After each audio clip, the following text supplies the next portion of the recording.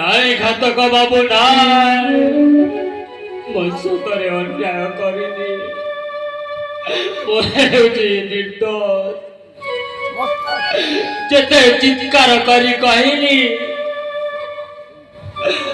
ମା ବାପା କେହି ବୁଝିଲେନି ମୋ କଥା।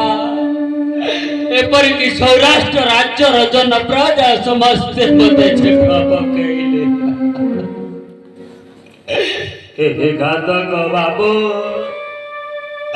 ଆପଣ ହେଉଛନ୍ତି ବୟସରେ ମୋ ବାପାଙ୍କ ପରି। ମୋ ବାପାଙ୍କ ବୟସର ଏବେ ଆପଣଙ୍କ ପାଖରେ ଗୋଟେ ମିଛ କହିବି ଘାତକ। ହେ ଜଗତର ନାଥ ଜଗନ୍ନାଥ, ମୁଁ କଣ ପାପ କରିଥିଲି ପ୍ରଭୁ? କୋଉ ଜନ୍ମର କି ଦଣ୍ଡ ମତେ ଦେଉଛ ଠାକୁରେ?